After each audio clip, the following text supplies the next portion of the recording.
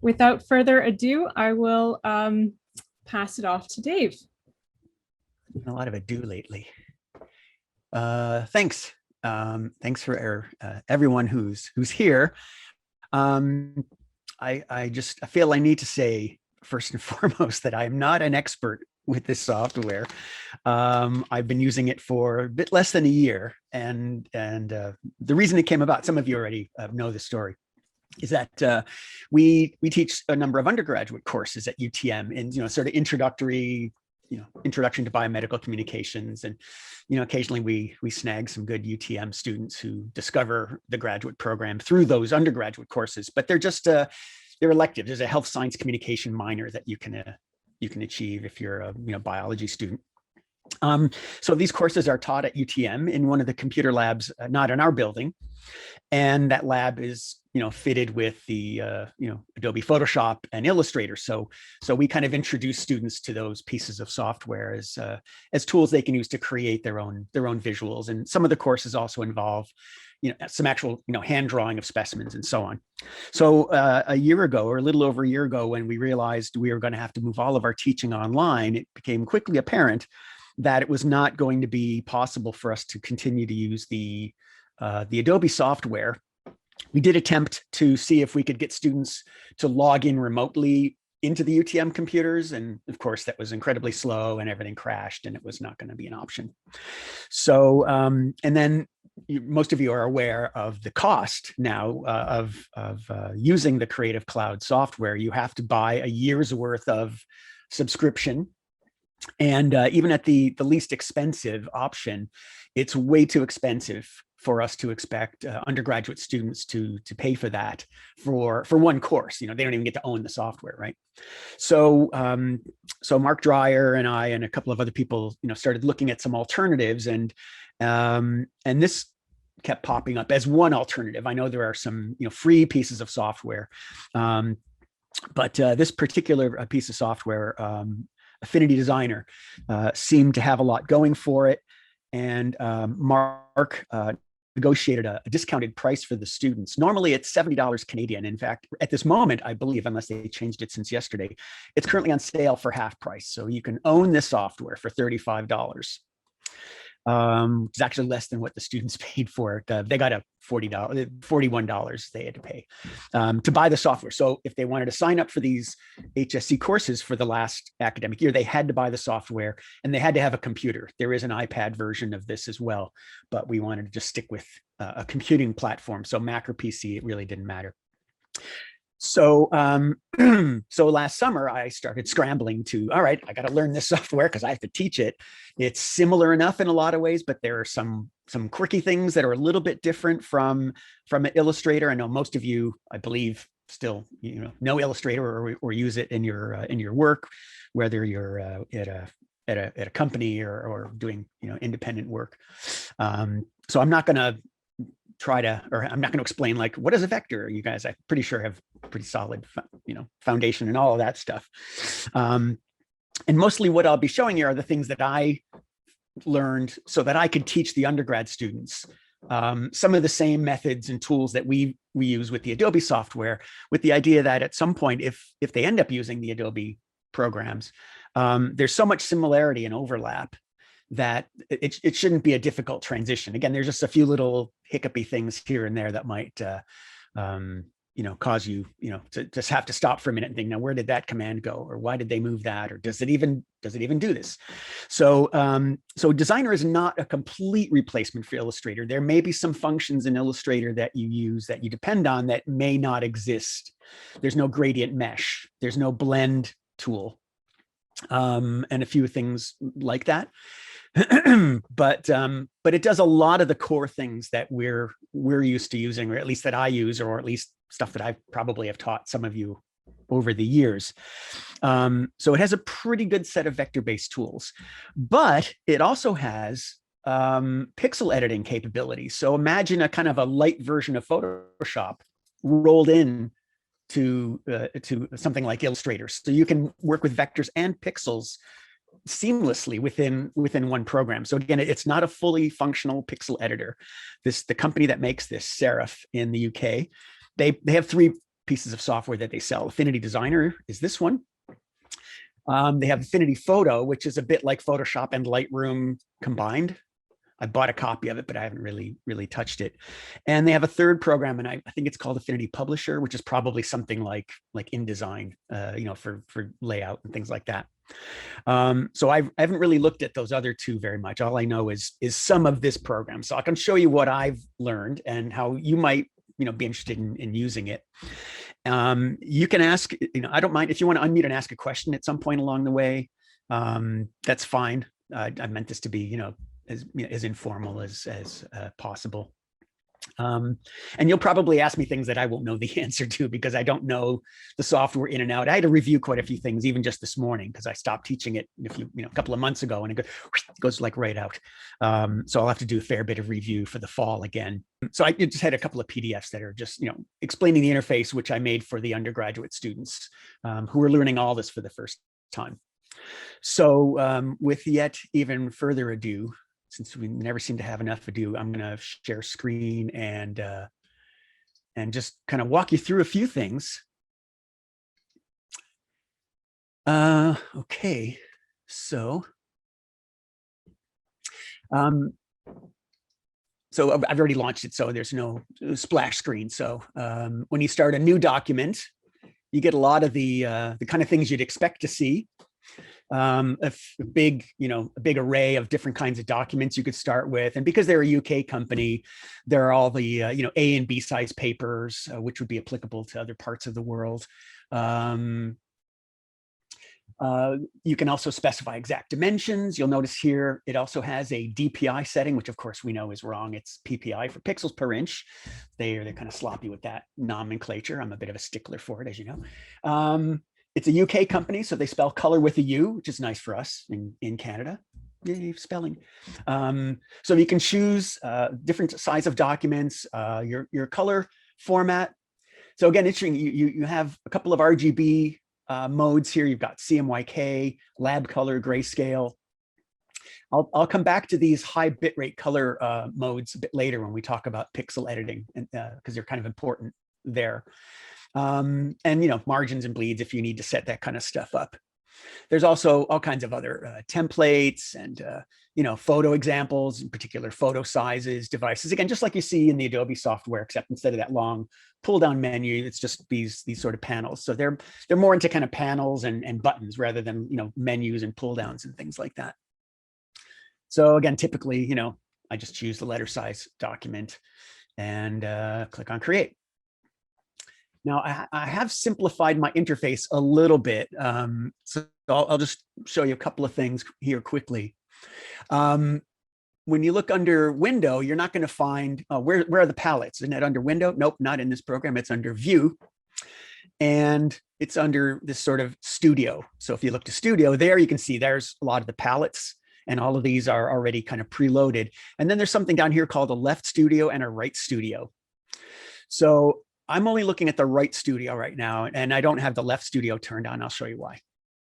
It seems to me that one of their goals in developing this software is to help people develop the interface for devices like phones and tablets and things. So the Left Studio, it's all it is a whole set of icons that you can drag in. So if you're designing a new iPhone or iPad app or something, here are all the buttons, and you recognize these from the iOS, because there it is, iOS. So if you're trying to lay out a screen for your interactive application or something, you can just start dragging these things out into a document and scale them, place them wherever you want, and do things like that. No, don't scale it disproportionately and so on. So all of these things here, keyboards, they're all icons for creating an interface for something. Okay, so if that's something that you do, you might find this really useful because it's got so much of this stuff already built in. You don't have to create all these assets from scratch. And they have another function which I haven't really taken advantage of, but again, I guess they view it as, for this process, it's kind of important. At the top of the screen here, there are 3 buttons. And what those buttons do is will give you pixel previews of what these objects are. So these are vector objects. And just like Illustrator, we can toggle back and forth between the preview of what these objects look like and the wireframe. And you might remember in Illustrator, it's Command Y toggles between preview and outline. And it's the same here. Again, there are so many keyboard shortcuts that are exactly the same. I don't know why this isn't infringement of copyright or programming theft. I don't know. I don't understand copyright with regards to software. So anyway, so Command Y, if you remember that in Illustrator, it's the same here. Toggles between preview and outline or wireframe. But they have this other option here. So this little button that toggles between the wireframe and what they call the vector view. But if you want to see what this is going to look like on a Retina device, you click on this little icon and it'll pixelate this stuff. It'll pixelate your image. So that's the preview of how these vectors would look at that size on a Retina screen. Or if it's on a non-Retina screen, you click on this button and you'll get, oh, sorry, have I got that backwards? I got it backwards. That's the Retina screen. So you can see this a little bit pixelated there. And if I turn that off, it's now just nice clean vector again. And if I click on this icon, this is a pixel mode. So it's a non-Retina device. So you'll see it's lower resolution. So that gives you that preview. And if you're really, trying to compare things and show off how these would look on different devices, you can even go under view. And I think it's under view. No, is it window? Sorry. Again, I don't use this that often. Oh yeah. Yeah, view mode. So again, here you can see pixels, Retina, vector. Vector is just the preview, normal what you're seeing, but you can go split view and you get this little slider here. So on the left, pixels, on the right, vector. You can even compare if that's something that's important. How are these graphics I'm developing going to look on some monitor of some kind? You can see exactly what that's going to look like. So that's kind of cool if that's the kind of work that you do. I didn't even bother showing that to the undergrads because it's confusing enough as it is. But if that's interesting to you, then that's kind of a neat thing. I've never seen that anywhere. So I'm just going to turn that back off and just look at vector objects. So the left studio is there. It has all those assets and I don't do anything with that and don't plan on it. So I usually just go here and under view, studio, and then turn off the left studio. The right studio is where you'll find all the other interesting palettes that you can use for modifying your objects and color and layers and all the other good stuff. Okay, so the other important thing to notice at the top here is there are these three icons. And so by default, when you launch Affinity Designer, it's in the designer persona. So that's the vector persona. So that is the default little icon there. And you've got, your other palettes here for things. If you click on this middle icon, this takes you to the pixel persona and watch the toolbar on the left-hand side of the screen. When you go to the pixel persona, many of the layers will say the same. The palettes on the right-hand side will be similar or the same. Some will change. So now we have brushes available. And these are now painting and selecting tools. So again, it's sort of a subset of the Photoshop tools. And you can go seamlessly back and forth. And then the third icon here is the export persona. And again, you don't have to bother with the export persona. There's an export menu, which we'll look at. So the only tools here are tools for making slices. So again, I think this is designed for interactive design or for web page design. You can now, make slices, that you can bring into your HTML, which I know nothing about. So we won't even talk about it, but that is something that's there. And if you're doing that kind of work, that will bear a little bit more investigating. So let's go back to the core of the program and look at the designer persona. So we have vector-based tools, and a lot of them look familiar. So there's our friend, the pen tool, Bezier curve, click and drag, just like in Illustrator. Looks a little different, but works pretty much the same way. If I press the Alt key or Option key, I can change that to make a cusp, just the way you do in Illustrator. Change that line, bring it back to the starting point and click and drag, and it connects it and makes it a closed path, if you're familiar with that. There's a move tool up here, to grab an object and move it, and it's got handles all around it already.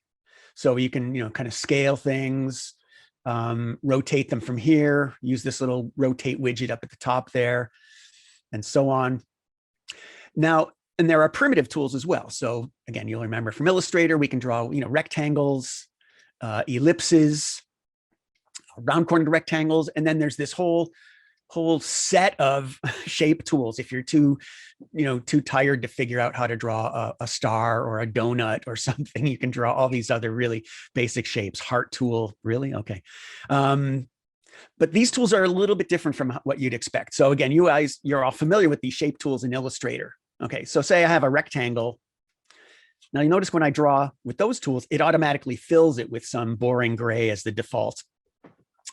And you probably know that, you would, if you wanted to change that, like pull on one of those corner points and just make it a trapezoid or something, you could just go to the direct select tool, which looks sort of like that one, except that's called the node tool. So these are called nodes, not anchor points. Minor thing. Okay, so I can get the node tool and reshape this, right? Can I just click on that corner and nope, no, I can't. It's just like a regular shape. Why can't I do that? Well, it's objects drawn here have special properties associated with them, and we'll look at some of those in a minute. So if I want to change the size of this, or just start pulling it apart like I normally would do in Illustrator, I have to go up here, and there's a button that says convert to curves. Oh, I don't want to make it a curve. I want a square. No, it's just click on it. So it hasn't changed it to a curve. Thank you. But it now makes it editable the way that you could edit that kind of shape in Illustrator. So you're familiar with that. If I pull on the segment there, and you can see it does add a curve. And if I just click on a segment, it adds a node. So that node tool does a lot of things that we might have a couple of tools to use in Illustrator. Now, what if I wanted to change this from this corner into a curve, like make it a complete curve, smooth handles moving? Again, there's buttons for that. There's buttons for everything. So when you have the node tool, you have some different controls here in this control palette. So I can convert that here to a corner or to a curve. So I just have to find the right button. And then these other functions will allow you to reverse a curve, smooth a curve. I don't recommend using that one. It's not very efficient. Or break the point if you wanted to break that into an open path. Now you can see it's open and it's filling across the open endpoint. So again, similar functions that we know of, they're just in different places. Quick question, Dave. Sure. Jen B asks, I guess from an organizing your workspace perspective, can you drag the toolbar panel off the dock? Yeah, if you want to change all the stuff, you just have to, again, by default, it just stays together. And I usually leave it this way because, I don't want the kids to start exploring and taking it all apart and then getting lost. I don't particularly like the dark interface because I always change that with my Adobe software into the old 1990s light gray interface, but I just left it. So, but again, these are things you can change just like in the Adobe software. If you want to have all these things split off, maybe you have two monitors and you want to drag them off to the side and just have a clear workspace, you go to Window and say separated mode, and then boing, everything is all wherever, all over the place. So if that's what you want to do, you can do that. Thanks. Otherwise I'll go back and turn that off, and now it's all back into one interface, which I think is a way a lot of programs work now anyway. So there are a lot of things I have not changed in the preferences just to not frustrate the undergrads. Right. So all these other shapes act the same way. So again, even the circle, if I want to modify that circle, I have to convert to curves, and then it becomes editable in the way that we are used to editing a circular shape. But I mentioned that there are some special properties associated with these primitives that we can play with, and one of them is this. There's this tool here. It's not popping up. What's that one called again? Oh, the corner tool. So the corner tool is interesting. If I have this object, if I click on the corner, I can round it out, and it only does the one. I think there's a similar feature in Illustrator now too, but they can all be rounded slightly differently. If that's something that floats the maritime vessel you happen to be engaged in. There's also this other tool here, which is the, where's that tool? No, I'm looking at the wrong thing. This allows you to actually expand the object in and out. it's an effect basically. So the actual vector shape is there. And I don't know what the use of that tool is, but I did discover a really cool thing online that I didn't know you could do. And you can do this in Illustrator. I didn't know you could do it in Illustrator. Michael Corin had to straighten me out after I made a big deal about this. But this is something kind of interesting. So say you've got a bunch of, I'm going to make just some circles here. There is a function up here, which is like there are functions up here, which are like the pathfinders, these sort of Boolean options and making, compound paths. So if I click on this button, when I have those three shapes selected, it becomes one continuous outline. If I hold the Alt key and do it, it makes a special kind of a compound path. Sorry, did I do that right? I think so. There's still, no, maybe I did it wrong. Rehearse.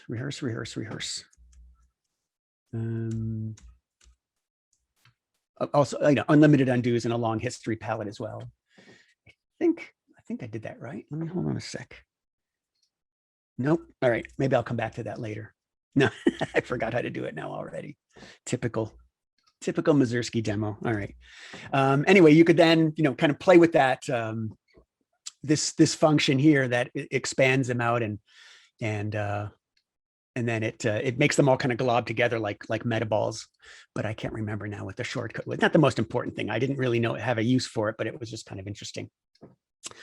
Okay, so I've drawn these four shapes, and you'll notice if you look at the layers palette now, I'll just drag that over here. Unlike Illustrator, where you start off with a layer and then you just add shapes, and then they become sort of like sub layers within the layer. In Designer, as soon as you make an object, it makes a new layer, and it names it based on the object that you've drawn. So done, now I've got 6 of these layers. I can also make a new layer by going to the bottom of the layers palette, clicking on add layer. You see there's a couple of layer icons there. The checkerboard one is adding a pixel layer. We'll get to that. So if I click here and make a new vector layer, and now I start drawing, the objects will all be on that new layer, sort of nested within it. And you can then, click on that little triangle to nest them in, or I could take all these objects and select them by clicking on them there. And if I group them, then that also becomes a group, a special kind of a layer with these all, objects inside of it. And you can see they kind of highlight as I'm clicking on them there.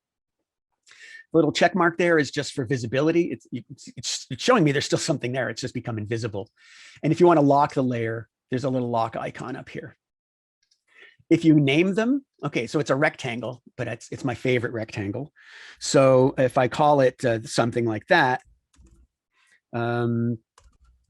it still saves the rectangle. It wants you to remember what that is. So if it's a path, it'll just say path, or if it's a shape, it'll say what the shape is. So it kind of builds a lot of that in, which is maybe useful for keeping things organized. And again, there's the opacity you can control of objects as well. So each object has its own transparency or opacity setting there, as well as the modes that you're used to seeing in Photoshop and in Illustrator. So it's all controlled there. So individual objects can have their own modes, or layers or groups in a group can have a mode set to them. And in live preview as you change it. When you want to change the visible attributes of an object. So again, sort of like Illustrator, if I click on this shape up here, there's the option for fill and stroke, same place as it is in Illustrator, except you get a few more options here. So instead of just the swatches, which you'd see in Illustrator, you can go right to color, and you get like every possible way of looking at color that you could imagine. There's also a color palette that duplicates all of this functionality. So if you want to use sliders, again, you can change the opacity here. You can just, choose things, live like that. I probably should have done it to an object you could see while I was changing it. So every option you can imagine is all right here. You can even apply a gradient right from this particular point, or have no color, or pick color from something else. And when you modify the stroke, you get a lot of the same options. So again, same thing, stroke, all these different, you name it, you can find it there. Then next to that is the width of the stroke, and it automatically gives you the stroke palette. And a lot of the things you're familiar with already, you can change the width of something just by using a slider right here, or put in a value. You can make it a dash or a dotted line right from here. Different caps all that stuff that you're used to seeing, arrowheads, beginning and end, and so on. But there's another cool thing here, which is pressure. So if you're wondering, like, how do I create a tapered line? It's right here, and there's no sort of pre-built tapers or widths like there is in Illustrator. So if I have a path and I want to create a taper, I go back to here and look at this pressure setting. So there's nothing there right now, but if I click on it, like this little graph, and now I can start moving these points around and, you know, kind of make the taper the way that I want, where I want it. And then I can save that profile. So I'll save that. And now that's going to be there. So if I have another object I want to stroke with that same thing later, I can apply it, and it stays live, of course. So it's just going to keep extending that taper throughout the length of this new path. So that's kind of nice. There's also this tool also applies a gradient to objects. So again, now I can go up here and change that gradient and add colors, or, you know, whatever I want to do to it. All those options are available. Many different kinds of gradients available. And if I change my mind, I don't want it, I just go back to none, and it just becomes a solid color again. And there's also another way of applying transparency. So we already saw that you can make objects transparent when you're applying the fill, or when you at the object level here in the layers palette. But if you want a gradient of transparency, you can use this tool, the glass. The transparency tool, it's a glass, and click and drag, and it will create a transparency gradient on objects. And again, if you change your mind, you don't want it, you have to click on the tool again, and then you can go back here and say none, and it will remove it. I had to review that earlier. I forgot that you have to say, how do I get rid of this? So if I created it, you just have to go back to the tool and change that. Okay. There's a tool for placing an image. You don't have to go to the place command, just click on that. For type, there are only two type tools, but you can do just about everything you can do with them in Illustrator. The only thing it doesn't do is threaded text. So if you want to create a layout and you have like multiple text boxes and the type will flow through them, that functionality is not here. So there are only two type tools. There's the artistic text tool, what a terrible name, and the frame text tool. So the artistic type tool would be just like the normal, you know, insertion point, and you can type. And again, you can modify the type just the same way that you would in any other program. You've got your whole menu here of all the different fonts and sizes, bold. You can just click on bold to make it bold or underline. You can save styles. There's paragraph options. So you can do a lot of the same kind of formatting. And if you have the frame tool, when you click and drag, it creates a text box, just like any other, you know, text box. You can fill it with filler text if you want the, you know, the lorem ipsum phenomenon there. But you can also draw shapes. And then when you have that area, that frame tool, and you click inside, it'll fill any shape that you draw. So you've got a lot of the same functionality with type here as you do in Illustrator. These tools, the hand and the magnifying glass, the shortcuts are the same as in Illustrator. Space bar, you get the hand. Space command, zoom in. Space command, alt, or option, zoom out. So again, all those keyboard shortcuts you can do in your sleep, they're exactly the same. I don't know how they do that. So that's a lot of the vector tools. Again, at the top, there are, you know, tools for alignment. The snapping tool, of course, a little magnet. So now you've got snapping options, enabling snapping within distances. You can have grids and guides. You can create isometric grids if you want to draw something in perspective. There is the swatches palette here, switching foreground and background color. There's the stroke palette effect that we've already seen. There are vector brushes, which I haven't really played with. And if you buy the software, I think you even get a whole bunch of them. Lorem hipster. Yes, thanks, Brett. Yeah, swatches, color. So again, here's the repetition of all the different color options, different color modes. You can have a color wheel if you want to work with the color wheel, all kinds of other options there, whatever you like. This is one of the few things I did change. So you'll see I have an empty layer here, and there's that checkerboard, that transparency grid that we're used to seeing in Photoshop. The default is that they're just filled with black, and I just found that really confusing. Like, is there a black object in there that I'm not aware of, or it just seemed a little confusing. So that's one of the things I did change, and I did tell the students to modify. Okay, so again, there's the green thing that I've drawn, but it's against a black background. It's like, why black? That just seems kind of dumb. So I turn that on. So now I can see, oh, okay, there's transparency around that object. And that's going to be more important when we start to work with pixels. So, okay, so now we're looking at vectors. Now we're gonna move into this other alternate universe and look at the pixel persona. Okay, so there's the pixel persona. So again, I can still manipulate this vector object. But if I create a new layer here, now this is a pixel-based layer, and now I have some pixel tools. So I have marquee tools and a lasso. It's even a little brown ropey lasso. So if I want to make a selection, you just make a selection. You get your paintbrush, choose the color you want to paint with, and paint on top of that, or move it to a layer underneath. You can change the size of the brush the same way in Photoshop. There's the options up here for size and opacity and flow. But some of you may know that special shortcut in Photoshop where, on a Mac anyway, I can't remember what it is on a PC. If you press Control and Option and drag sideways, you can change the size of the brush. In Photoshop, it's a nice bright red, which is kind of helpful. Here, they're not giving us that. But anyway, it's the same, exactly the same functionality. And if I click and drag up and down, I change the hardness of the brush. So if you're familiar with that shortcut, and it's one of my favorites in Photoshop, then you're there already. You can paint quite easily. Now, one thing you might have noticed is, boy, this looks kind of ratty. This shading, right? Doesn't that look awful? Like, I have a smooth brush. It's like an airbrush, right? Why is it all patchy and weird? And that bugged me for a while. I couldn't figure out why.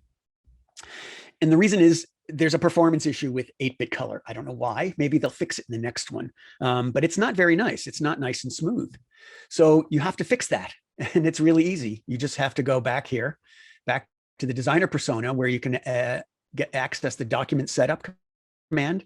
Again, you can't see this command in the pixel persona. You have to go back to the designer persona. And you're going to go to color. It's 8-bit color. What happens if I make it 16-bit color? Okay. All right, now I'll make another selection. So he hasn't changed the painting that I've already done. But I'll go back here and get my selection tool, make another freehand selection. Oops. Oh yeah, that's the other thing up here. You have to say new. When you have a selection, you have to say you want to make a new one, add to it, subtract. So I forgot to click on new. Again, so it's a little different. It's not pressing the keys, the keyboard like you're used to in Photoshop. Again, there's always a button somewhere. And now if I get my brush and I paint something smooth, oh, well, that looks a whole heck of a lot better. So it's just some weird flaw. I don't understand it. But if you want to do any Photoshop painting with an airbrush and you want smooth transitions, you just have to go to the document setup and either begin in 16-bit mode or change it halfway through. It doesn't make a difference. Anything you've painted before is still going to look crummy, but anything new that you paint is going to look nice. Don't know how to explain that. So let's see. I had some examples of some things. These are some files that I actually worked on, or created, for the class that I was teaching. So the introductory class, they don't really do any creative work. It's really just they're given like templates or things to draw or trace so that they learn how to use the tools. So I would give them a drawing and then they would have to, recreate that drawing or that sketch. So this was part of one of their assignments where they had to, create a little picture of an animal for a layout. So this is all vector based. So here's the art, and I can expand on that, and you can see that there's just a whole bunch of shapes. Again, it makes a new layer for every shape, and you'd be crazy to name them all, but they're all here. And then all these surface details, they're actually just vector objects. And when you have vector objects, you also have there's an effects layer, and I have to find that. So you can apply, Gaussian blurs and drop shadows and all those things Where was that? Oh yeah, effects. It's supposed to be showing me somewhere here. Sometimes oh, there it is. They're all docked in there. There we go. So again, just like layers in Photoshop, or objects in Illustrator, if you can find the effects menu, you can apply them directly from here. So you can add Gaussian blurs, inner and outer shadows, glows, embevel and emboss. You know, a lot of them look kind of hokey if you just kind of apply them willy-nilly. But all we have here is a few objects that have some Gaussian blur on them to create some, you know, highlighting and shading and a couple of gradients. So it's fairly easy for them to kind of figure out how to render something like that with, you know, with a little bit of guidance. So you can, you know, create fairly nice little artwork with that. We also do a little bit of photo editing. So here's a JPEG, and I can just drag this right onto Designer here, and it will open it up. So again, the default is the vector persona, even though it's a pixel-based image. So if I go to here, so we saw the painting tools already. We know that there's selection tools, just like in Photoshop, rectangles and so on. But there's no magic wand. Like, what if I wanted to separate this object from the background? So there's this other tool here, which is this sort of selection brush. So when I click on that brush, again, it's a brush, so I can change its size, just like any kind of a paintbrush. You see the width changing at the top there. And I can just start to paint. And it's sort of like the magic wand. It's looking for edges. It's looking for areas of pixels that are, you know, similar. It's not perfect, but that's okay. It's not meant to be. This is, you know, going to be the starting point for making a selection. So I can grab some of these areas here just by painting over them. Okay, I've lost some of that gray in the middle there. That shouldn't be there, but I'm just going to keep going. And you've got this object mostly selected. Okay, there's some gray in there that I didn't want to select. So now I go on up here and click on Refine. And there's our familiar red masking color that you'll know from Photoshop. And you can use this palette to further modify this. And again, it's a little weird. I usually find that you want to turn the border width down. You can see as you change these things, it's going to change the border. And now it started to encroach on the artwork. So I usually leave this pretty much turned down. I usually turn up the smoothing a bit. And unfortunately, it doesn't remember this. So every time you use it, you've got to play with these settings. Turn the ramp down. But now you can either work on the foreground or the background. So if I click on foreground, you can see it's painting, you know, it's adding to that selection. Or if I click on background, then I'm going to be essentially painting with red, and I can kind of clean things up. So, you know, I can get in there and make a smaller brush and continually, you know, fine tune this selection. So, you know, kind of like working in quick mask mode in Photoshop, which I'm sure most of you are familiar with. And then again, you can keep, you know, kind of playing with these little sliders until you get, you know, what you want. And then you can output that either as a selection, or it'll create a mask from that, or a new layer, or a layer with the mask. So you can choose any one of those and apply, and then it will. So you can see now it's created a new layer from the original with the mask, and it's not a complete mask because I didn't finish it. So again, it's a little fiddly, I guess, compared to some of the Photoshop selection tools, but it's not too bad once you get used to it. Again, you don't need Photoshop. You know, you don't have to spend all that money. You've got some not bad, you know, photo editing tools here. You still have the effects, so you can still add effects to your image, but then you also have these adjustment layers. Again, just like Photoshop, one of the best things about Photoshop are these adjustment layers. So you can apply that to the image and then, you know, further, you know, modify whatever aspect of the tonal range or color range it is that you want to modify. So one of the things that we don't have are RGB or CMYK channels. There's no channel information that we can access. For that, you'd need Affinity Photo. But you can see there are, you know, you can create masks here. That would be, you know, a separate, you know, alpha channel in Photoshop. They're just attached directly to the layer that you want to work with. And if you'd prefer to create your selections with vector-based tools, which again is one of the things that I like, I usually prefer to use the pen tool in Photoshop. You know, you want a really careful clipped path, a nice clean selection. Well, you can do that here as well, because we have vector tools. So I've got my photograph there. I'm going to go to the back to the designer persona and get my pen tool. And I can now, you know, maybe draw a path around my object. It's got a, you know, pretty clean edges all the way around. I'm not going to do the whole thing because nothing more boring than watching somebody draw something with the pen tool. I'm just going to do a quick little loop around here. Okay, and I'm going to fill that path. I think I need to fill it with color if I remember correctly. It doesn't matter what the color is.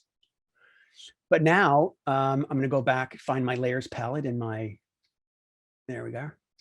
And I'm going to click on this vector layer and drag it onto the thumbnail of the image. And now it's masked.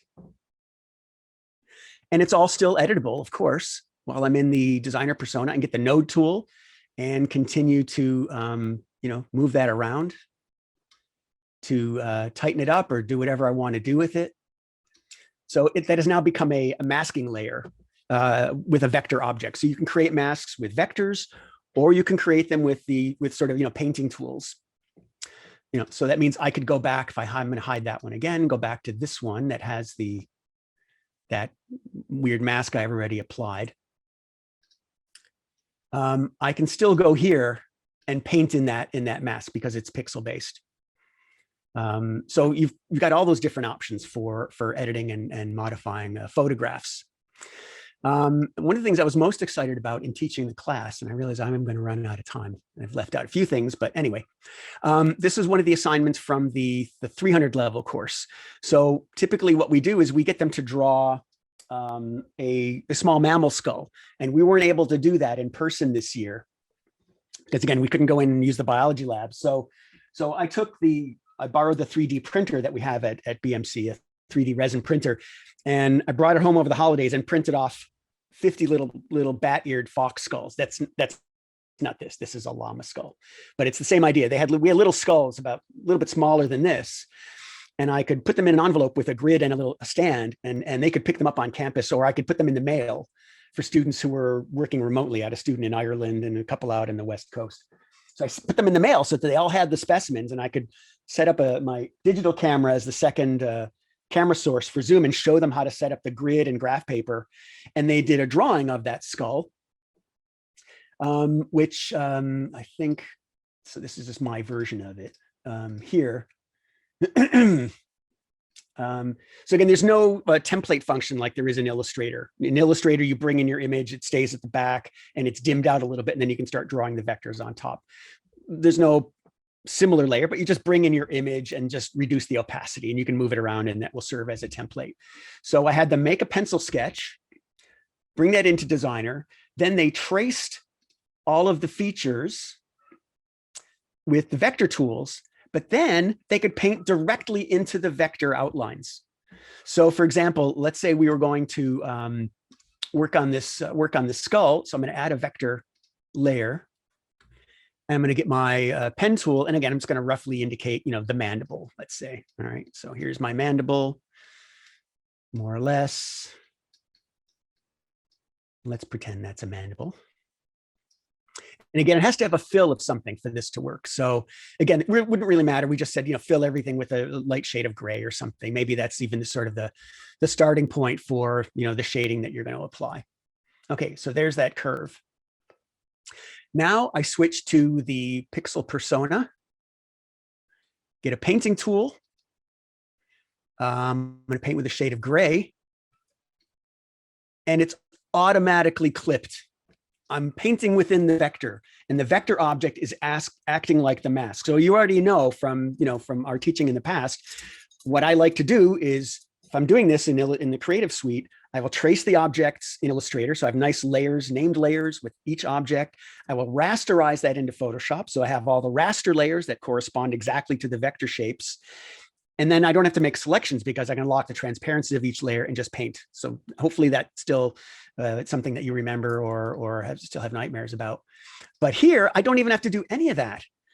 They're automatically clipped, so I can just start painting directly in there with whatever color I want to use, colors or shades, modify the brushes accordingly. Plus, if I decided I really did a crappy job drawing that mandible, I can go back to the designer persona, get that node tool, and fix my lousy drawing.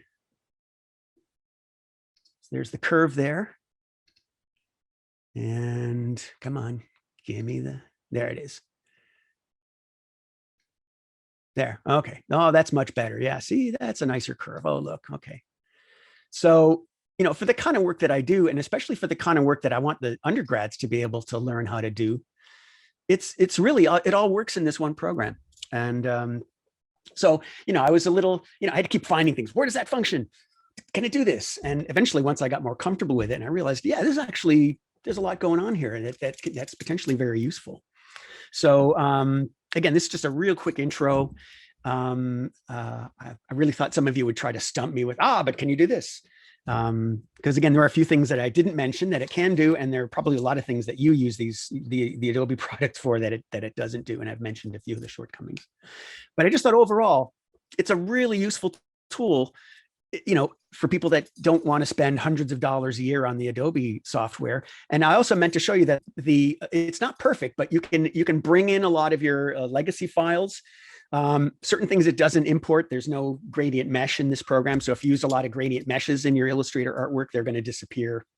Blends and automatically get expanded into the separate vectors that make up the blend, because there's no blend function, but they will still exist. Your artwork will look the same. It will just be not as editable.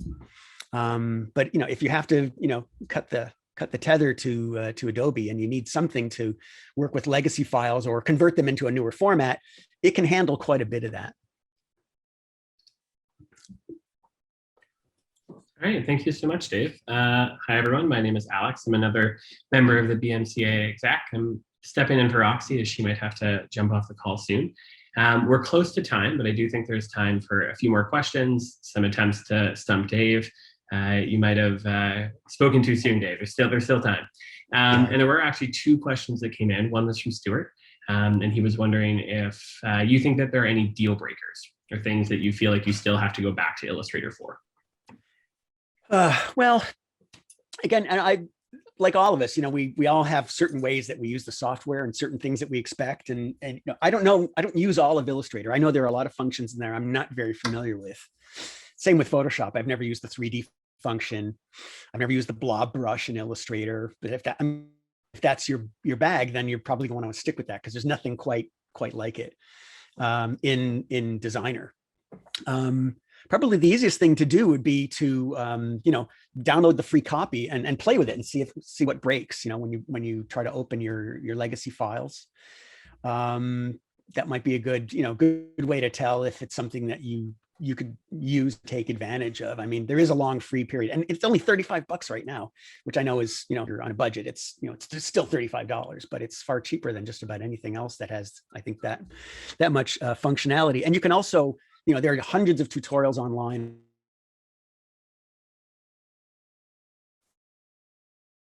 already. Folks as well, if you have Designer, there's a direct link to their website with a bunch of really basic tutorials narrated by some very droll, British artists. Now we're going to explore the brush tool, that kind of thing. So I think, I think maybe you just need to check it out. And somebody asked about exporting. I mentioned that you don't need to use the export persona. All you need to do is, when you have your file open, you just go File, Export. And there are a lot of the options, PNG, JPEG, GIF, TIFF, PSD, PDF, SVG. If you're working here and you want to open it in Illustrator, it's actually best to save it as an SVG, not EPS. I think that's what my experience was.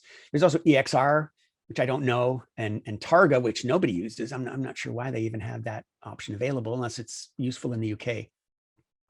So whichever option you choose, you get all the kind of options for for size and resolution and color mode and, you know, all that kind of stuff. So it'll export to pretty much, you know, every useful or usable format that you might need for production purposes. But yeah, it'll export to Photoshop. You can, if you have a layered pixel-based file, you'll have a Photoshop file that you can open. You had one other question and a comment. I'll do the comment first, which came in from Paul. He mentioned that EXRs are amazing, and he's going to be covering them a little bit tonight. So teaser, if you're looking to learn about EXRs, make sure you come to the BM class tonight. Yeah. And you had a question from Andrea, which was, you know, once you go back to in-person labs and the undergrads are able to be all together again, do you think that you're going to stick with Affinity, or do you think that you would revert back to Adobe? Well, that's a good question. I've thought about that, and I've just talked about it a little bit with Mark. I think I kind of think that it might be a good idea for the university to purchase this license and put this on the labs, because then the students can still use it. You know, they'll buy their own copy. You know, if they learn the Adobe software, and you know, back in the day, you know, like half the class would have a cracked copy, you know, with a illegal or stolen serial number or something, and you can't do that with the current licensing system. It doesn't work that way anymore. So in a way, you know, if they learn this Adobe stuff, if they don't have access to the software or a lab, then they lose it. And part of the teaching of this, I think, is that these are basic digital life skills, you know, for, you know, because everyone has to create or modify images at some point. So I'm kind of thinking that I'd like to maybe find out about putting this on the school computers for the undergrads. And another thing I think that is useful for is that it will help to differentiate the undergraduate studies from the graduate program. That, you know, there's another level to what we do, and this is a good introductory level. And, you know, the Adobe Creative Cloud, the expensive Ninja tools are kind of the next level up. All right. Thank you so much, Dave. And thank you again for hosting our second BM class. They've been a ton of fun so far. Thank you for everyone for coming as well, for listening in and for sharing your comments.